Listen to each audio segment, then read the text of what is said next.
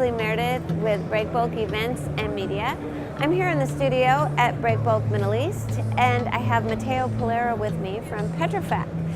And he participated in a Kuwait case study panel. And Matteo, can you tell us what is the logistics environment in Kuwait, and maybe draw some comparisons to other countries in the GCC? What do people need to know? If they're working on a project there, what do they need to know? Among the GCC countries, Kuwait is the smallest one, and with little infrastructure in terms of entry port. So we knew that the Kuwait authority would have a huge investment in Kuwait, and that materialized in 5 mega projects that were all awarded sequentially, and the execution was then all coming at the same time in a span of 12 to 16 months. So the infrastructure of Kuwait were not set up for this workload. So as a Petrofac, we foreseen this potential issue, and 3 years ago we did a detailed study to understand what would be the implication of such work load coming into the country. And so that study turned in potential solution. We were not 100% sure that that solution would be effective, but we knew what we could have done to overcome. So some of that solution really were helpful, and then during project execution, of course, you discuss with the service provider, other EPC contractor, because as much as we are competitors, we also share knowledge across the industry and we help each other. And the port authority to come and define a new, different way of working and interfacing to each other to then satisfy the different project execution. Now I think in Kuwait the big wave is gone. Everybody suffered, but at least it was concentrated in a very short time frame, so there were no major... As far as the infrastructure goes, during that time,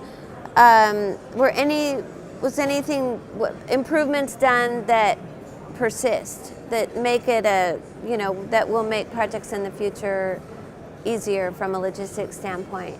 Well, the potential improvement of the infrastructure will require massive investment.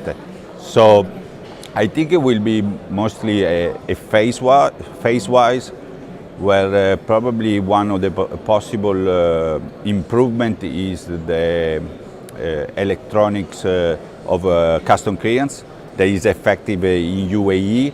It is working very well, reduce the time of custom clearance, so the time that you keep the material in the port, so reducing the exposure of space constraint.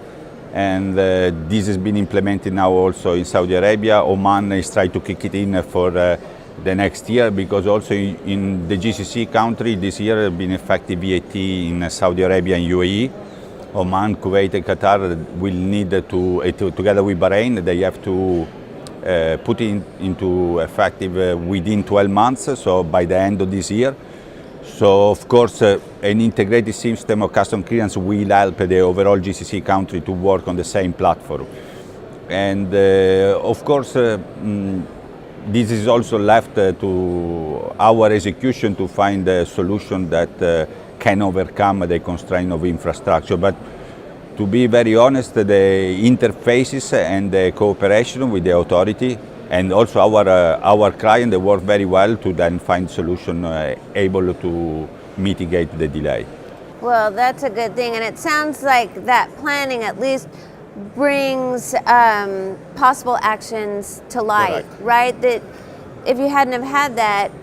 No, of course. Without planning, you don't know where you are. You don't know what it might happen, running sensitivity and different scenarios. So that's the only way that you can run a project and be always in control of what is going to happen.